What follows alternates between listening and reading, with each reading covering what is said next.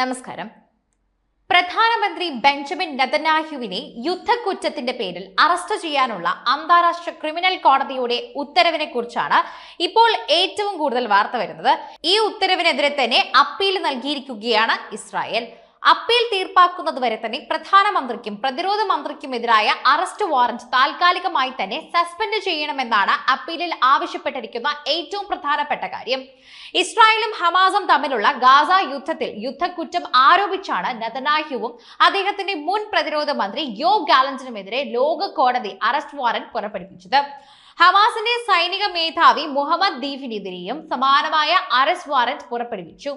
Israel അന്താരാഷ്ട്ര criminal കോടതിയുടെ അധികാര പരിധിയെയും അറസ്റ്റ് വാറന്റുകളുടെ നിയമ സാധ്യതയുമൊക്കെ തന്നെ ചോദ്യം ചെയ്യുമെന്നും ഹർജി തള്ളിയാൽ അന്താരാഷ്ട്ര ക്രിമിനൽ കോടതി ഇസ്രായേലിനെതിരെ തന്നെ എത്രമാത്രം പക്ഷപാതപരമായിട്ടാണ് പ്രവർത്തിക്കുന്നതെന്നും ലോകത്തിന് ബോധ്യപ്പെടുമെന്നുമെന്നാണ് പ്രസ്താവനയിൽ പറയുന്ന അടുത്ത പ്രധാനപ്പെട്ട ഒരു വിഷയം.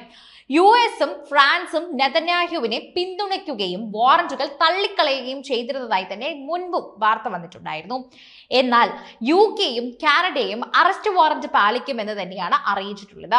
അറസ്റ്റ് വാറന്റ് ICCയുടെ ജൂതവിരുദ്ധതയാണ് കാണിക്കുന്നതെന്ന് നെതന്യാഹു ആരോപിച്ചിട്ടുണ്ടായിരുന്നു. ഗസയിലെ കൂട്ടക്കുരുതിയും യുദ്ധക്കുറ്റങ്ങളും മുൻനിർത്തി അന്താരാഷ്ട്ര ക്രിമിനൽ കോടതി അറസ്റ്റ് വാറന്റ് പുറപ്പെടുവിച്ചതോടെ ഇസ്രായേൽ നേതൃത്വം കടുത്ത പ്രതിസന്ധി തന്നെയാണ് ഇപ്പോൾ നേരിടുന്നത് എന്ന് പറയാം. 120ഓളം രാജ്യങ്ങളിൽ കാലുകുത്തിയാൽ നെതന്യാഹുവും യോവ് ഗാലന്റും അറസ്റ്റിലാകും എന്നാണ് പറയുന്നത്. കോടതി നടപടി അംഗീകരിക്കുമെന്നും ഇറ്റലിയും ഡെൻമാർക്കും ഉൾപ്പെടെയുള്ള നിരവധി രാജ്യങ്ങൾ അറിയിച്ചിട്ടുണ്ടെന്നും പറയുന്നു. ഗസയിൽ ആയിരങ്ങളുടെ കുരുതിയും ആശുപത്രി സംവിധാനങ്ങൾ ഉൾപ്പെടെ തകർത്തുള്ള യുദ്ധക്കുറ്റങ്ങളും മുൻനിർത്തിയാണ് ഇസ്രായേൽ പ്രധാനമന്ത്രി ബെഞ്ചമിൻ നെതന്യാഹു, മുൻ പ്രതിരോധ മന്ത്രിയായ യോവ് ഗാലന്റ് എന്നിവർക്കെതിരെ തന്നെ അന്താരാഷ്ട്ര ക്രിമിനൽ കോടതി അറസ്റ്റ് വാറന്റ് പുറപ്പെടുവിച്ചത്. ICC പ്രീ ട്രയൽ ചേംബർ 1 3 ജഡ്ജിമാർ ഒറ്റക്കെട്ടായി നിന്നുകൊണ്ടാണ് വാറന്റ് കൈമാറാൻ തീരുമാനിച്ചതെന്ന് പറയുന്നു.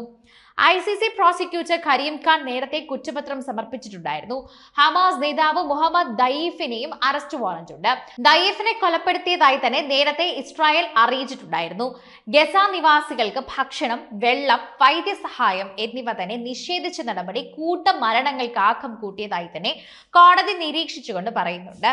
ആസൂത്രിത അതിക്രമങ്ങളും കൂട്ടക്കുരുതികളുമാണ് നെതന്യാഹുവും യോവ് ഗാലന്റും ഗസയിൽ നടപ്പാക്കിയതെന്ന് ഇപ്പോൾ തീർത്തും വിലയിരുത്തിക്കൊണ്ടാണ് ഇവർ ഈ വിലയിരുത്തി പറയുന്നത്. കോടതി തന്നെ നടപടിയിൽ വ്യക്തമാക്കുന്ന കാര്യങ്ങളാണ് ഇവ.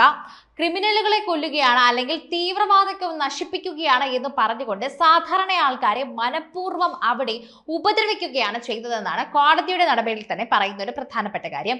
ICC അംഗരാജ്യങ്ങളിൽ തന്നെ ഇസ്രായേൽ നേതാക്കൾ എത്തിയാൽ അറസ്റ്റ് അനിവാര്യമാകും എന്നതിനെ പറയുന്നു. അതുപോലെ തുടർന്ന് ഹേഗിലെ ICC ആസ്ഥാനത്ത് ഇവരെ വിചാരണ വിധേയമാക്കണമെന്നുമാണ് ചട്ടത്തിൽ പറയുന്നത്. ഇസ്രായേലും അമേരിക്കയും കോടതിയെ അംഗീകരിക്കാത്ത സാഹചര്യത്തിൽ തുടർ നടപടികൾ എളുപ്പമാകില്ല എന്നുകൂടി നേരത്തെ കോടതി പറഞ്ഞിട്ടുണ്ടായിരുന്നു.